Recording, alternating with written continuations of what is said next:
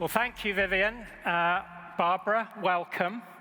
Believe it or not, it's actually 20 years since I first interviewed you. That was for the launch issue of CPO Agenda back in 2005. At the time, you were the CPO of Philips. You spent 5 years in that role, then another 5 heading up procurement and supply chain at Siemens, where you became the first female member of its managing board in the company's 160-year history. At that time, you also joined the board of Total, the energy company. I visited you at Siemens HQ in Munich in 2013 to do an in-depth interview when I was at SCM World, shortly before you stepped down. And in between those two conversations, I also remember attending a Siemens second quarter results press conference in Berlin in 2009, where you presented alongside the CEO and the CFO and talked about the progress that you'd made in transforming procurement at the company. Now, in my experience, that was unprecedented for a procurement leader to be sharing that kind of platform. But I think it underlined your kind of status as a board-level operator. And in fact, Fortune magazine ranked you in its annual Most Powerful Women in Business outside the US throughout the time that you were at Philips and at Siemens. You steadily climbed that ranking, reaching number 4 in 2013, ahead of many European and Asian CEOs. And I think I'm correct in saying, and ChatGPT backs me up, that you are, to this day, the only serving Chief Procurement Officer or Chief Supply Chain Officer ever to be listed on the Fortune Most Powerful Women in Business list. So, Barbara, yes, come on, big it up for Barbara. Show some DPW love. So, Barbara, congratulations on that achievement and also on your career journey from McKinsey consultant to general manager to CPO to board director. But also thanks for being with us today and also for the contribution that you made in terms of really putting procurement on the C-suite agenda where it rightfully belongs. So thank you for that.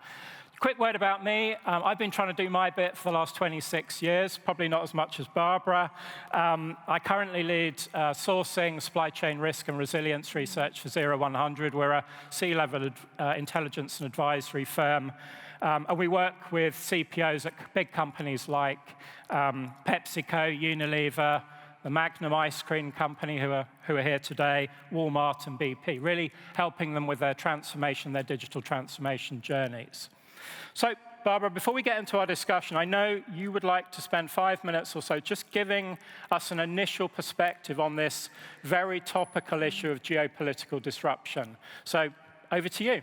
Thanks. So, Geraint, thank you so much. Very flattering introduction. Goedemiddag. It's nice to meet you, the DPW communities and attendees. Well, I think we all realize we are in the middle of a storm. The winds are heavy, the waves are big, and the sky is not so clear. So how to navigate a supply chain globally or European-wide under these challenging circumstances? That is really what I would like to touch. And I have prepared just 3 points on that. Firstly, even in the storm, in this unclear environment, there are certainties we must understand. That's the first point. The second, the recipe for the resilient seamanship.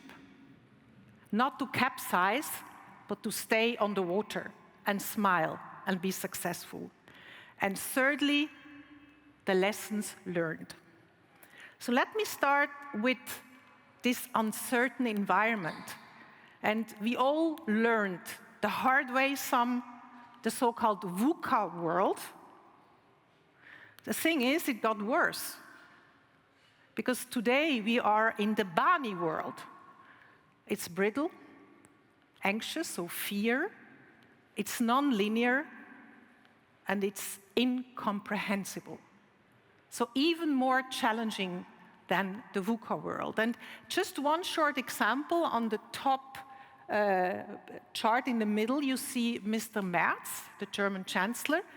I mean, we all know Germany. I know Germany really well, and Germany normally adheres very strictly to laws and regulations. Yeah, it's probably not one country in the world, maybe except Switzerland, my country, that is so strict. For the first time since 2009, swiftly they moved away from their so-called debt brake a couple of months ago, and basically approved a 500 billion euro fund on top of this spend that was actually allowed by the debt brake. It's just one example. Other ones, of course, we all know the rose garden chart, yeah? Unfortunately, these roses had a lot of thorns, especially, look, Switzerland, 39%, and many other things. So we are really in a highly uncertain world. And of course, in addition to that, we have a tsunami of regulations. And I know most of you work with many of them, and the point is, more regulation is coming. It's just the beginning. So this is it's a minefield, especially for our function. And the only little good news is that on the ESG regulation, maybe there is a little bit of hope with this omnibus project of the European Union to have maybe a little bit of simplification in that area. So what are the certainties in this storm that we can take away?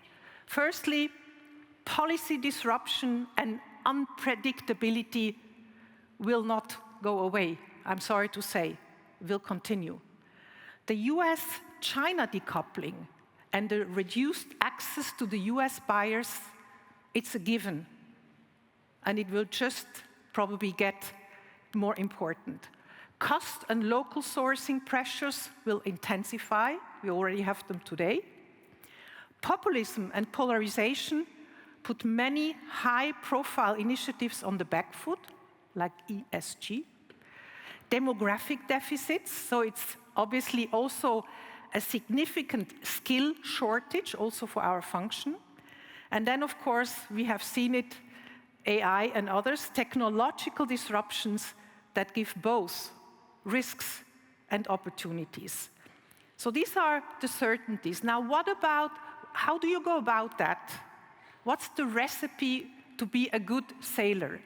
And I can just give you my learnings, and I had to face in my past 2008 financial crisis. I just started 2 weeks before it happened at Siemens as the CPO. I obviously had to face the Fukushima issue in Japan, making sure that the Siemens bottom line wasn't impacted by a minor lack of a minor commodity from Japan, and obviously the COVID crisis as well as the crisis we have today. So there's a lot of these learnings. Some things have gone well, of course, as usual. Others maybe less well, but what are really my takeaways? The first one is what you need in rough seas, not to capsize, okay? You need knowledge and foresight.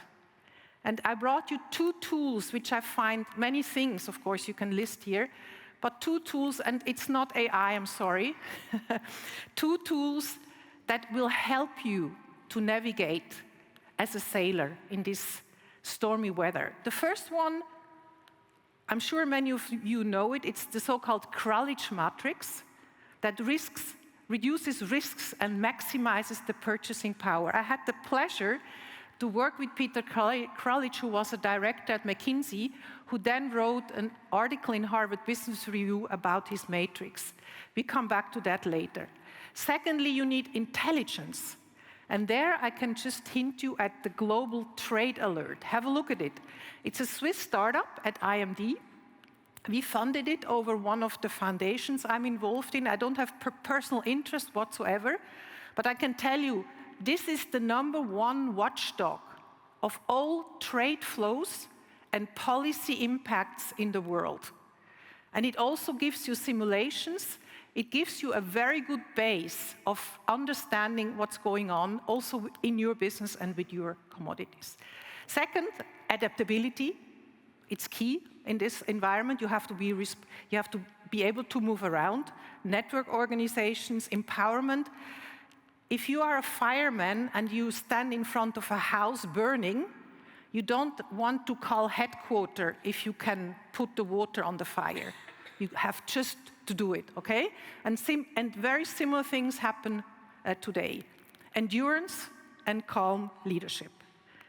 So, the next chart, let me have a look. It's my lessons learned.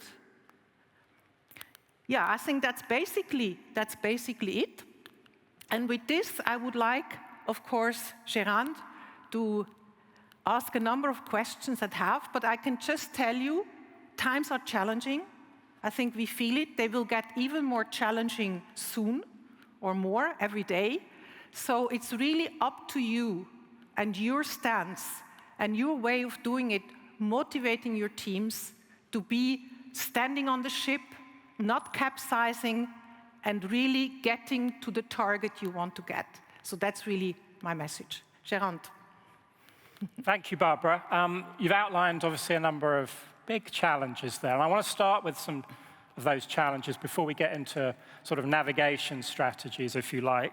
Now, we see business surveys, McKinsey being one, showing that geopolitical instability, trade policies are absolutely up there in terms of the risks to global growth over the next 12 months or so.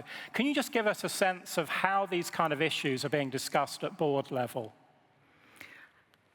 Since '89, since the fall of the Berlin Wall, in most companies, there has not been any more a function looking at kind of political changes, the political environment. One example in Nestlé, before the fall of the Berlin Wall, we had one man, okay? He was in the headquarters. He permanently observed what was going on. So if you wanted to know China, he would tell you, Barbara, these are the 4 things. So it doesn't need a big team, but it needs really, and obviously after the fall of the Berlin Wall, we all thought peace, you don't need it, all this was abolished. Obviously, since 3 or 4 years, I think all companies and most boards take this topic a lot more serious. But clearly, there is still room to grow. One great example was in Total Energy, where obviously we had a lot of intelligence also when you're in oil and gas, you need to observe the political landscape even more.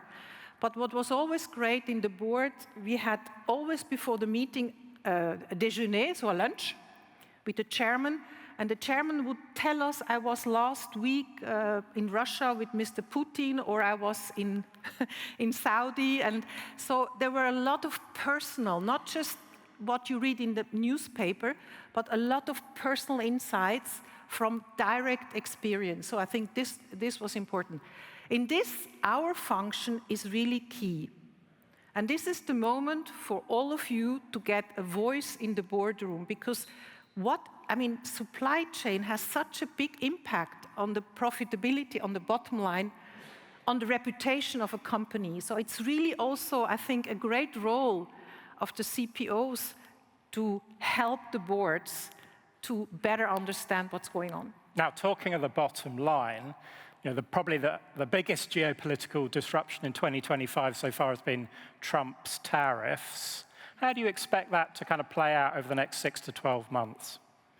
It's difficult to forecast, but when you look at what the economists say, obviously, increase in cost, increase in inflation, unpredictability.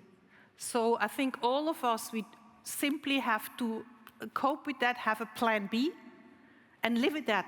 I don't think that will change overnight. So we just have to live with that.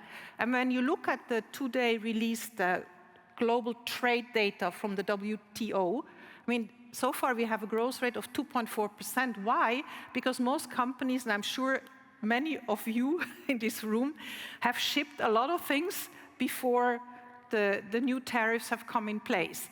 But it's really, really difficult. You need absolute transparency and plan B. And it's not something that will change in a very short term. No, clearly a lag effect. Now, you mentioned China. Is it the geopolitical enemy that many in Washington seem to regard it, or should we as Europeans be taking a more balanced view? Yeah, it's a very important question, but there's a Chinese word, which is wei qi, which is the word for crisis. And in Chinese language, it has two meanings, this word: danger and opportunity. And I think the best way for us to deal with this is to have a wei qi strategy. Why? China, there are 1.4 billion inhabitants. It's the second largest economy. Has, of course, an aging society, has social unrest, and has a lot of government intervention. So clearly, you need to consider how to cope with it. And many companies, it's very difficult to say in general, because you really have to go through business by business and say, what do I have to do here? What do I have to do there? But certainly not a single sourcing position. I think that's clear. But many companies follow now China plus one or a multi-regional approach. So it's really, in my view, the wei qi, not just forget China, but the wei qi approach, and to say, what's the best for my specific business to cope with that? Maybe still to have some of the opportunities. Yeah, so a more balanced view for sure. The last challenge I want to ask you about very briefly is cyber attacks. We see them as a kind of growing source of operational disruption, exhibit number one being Jaguar Land Rover at the moment. But it no longer seems to be just the Chinese or the Russians or the North Koreans or the Iranians that are doing these attacks. It's people, some of them very young in Western democracies. How concerned are you about this trend and about AI as a malevolent force rather than a benevolent one? Well, AI is nothing more than a tool, yeah? And it will not help you to solve your strategic problem. It will not make you the Krullich matrix. Clearly not, yeah? So, I mean, basically, there are the following steps to protect your business, to detect any incidents, and then recovery. And I think there are two examples so far of companies that have done it really well. The recovery part by Maersk. They had an incident. They had immediate action to basically be back on track with their business, which worked rather well. So that's a good example. And on the detection, it's Delta Airline. It was the only airline that was not suffering from a major cyber attack some time ago. And how they did it, they had a lot of risk audits beforehand, also, I'm sure, with their suppliers. So I think it's really protect, detect, and recovery, and to have very clear plans for that, always ready in case something happens. Yeah. Moving on to strategies, because we only have just over 6 minutes left, Barbara. You mentioned, obviously, the financial crisis, 2008-9, Fukushima, Japan 2011. We have the COVID pandemic from 2020 onwards. Can you just give us a sense of how did you navigate through those crises that people in the room maybe could pick up some tips from? What worked well and maybe less well? Yeah, let's go back to 2008, the financial crisis. I just was newly appointed CPO of Siemens.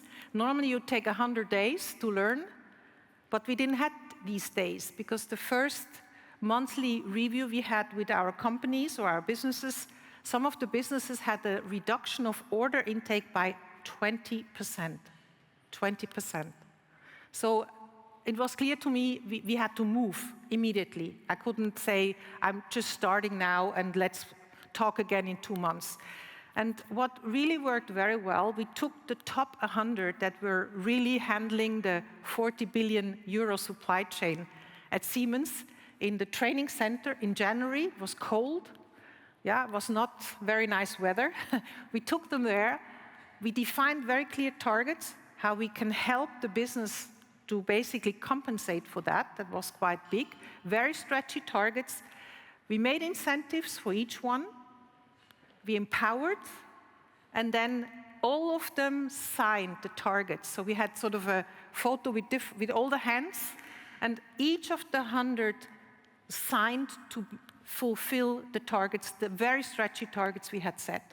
And that, I have to say, worked well. And at the end of the year, all of these 100 had fulfilled the targets and have also received a very good financial incentive. So that's one example.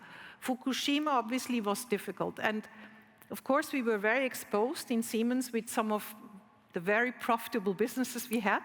Very small parts, of course, but even the small part can stop your supply chain and your production.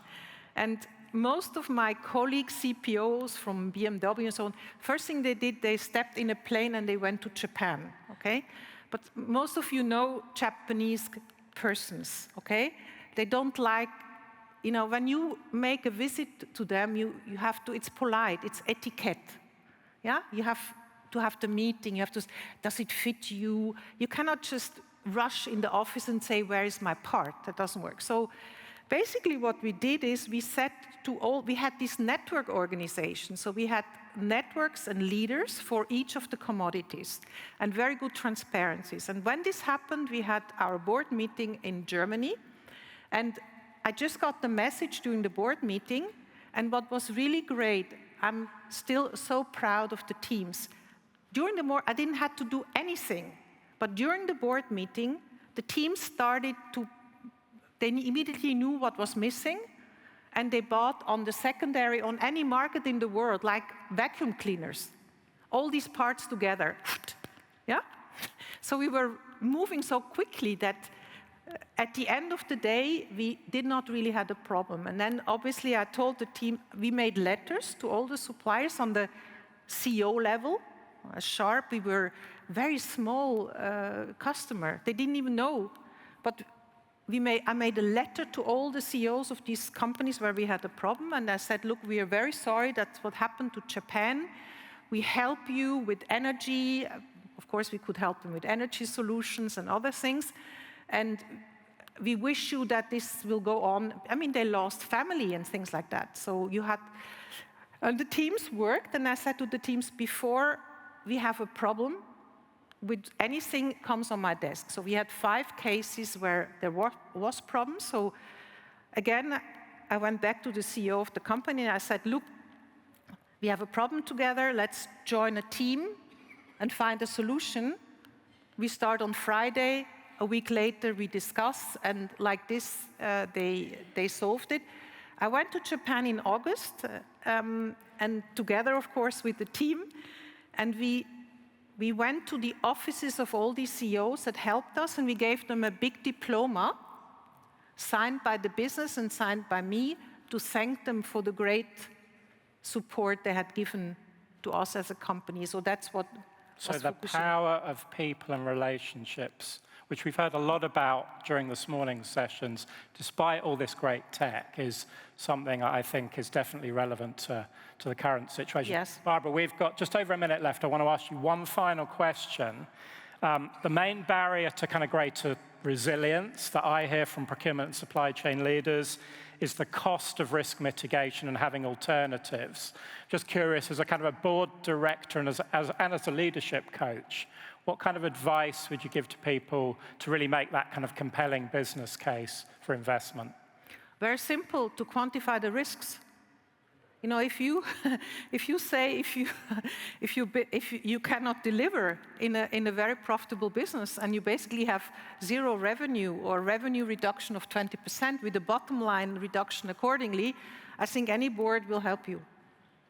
The second one is reputational risks, where we as supply chain managers have a big responsibility. Just imagine, no board, no CEO wants to have a headline, you know, in the newspaper about kind of a reputational issue. So I think you have all cards in your hands to play this extremely, extremely well.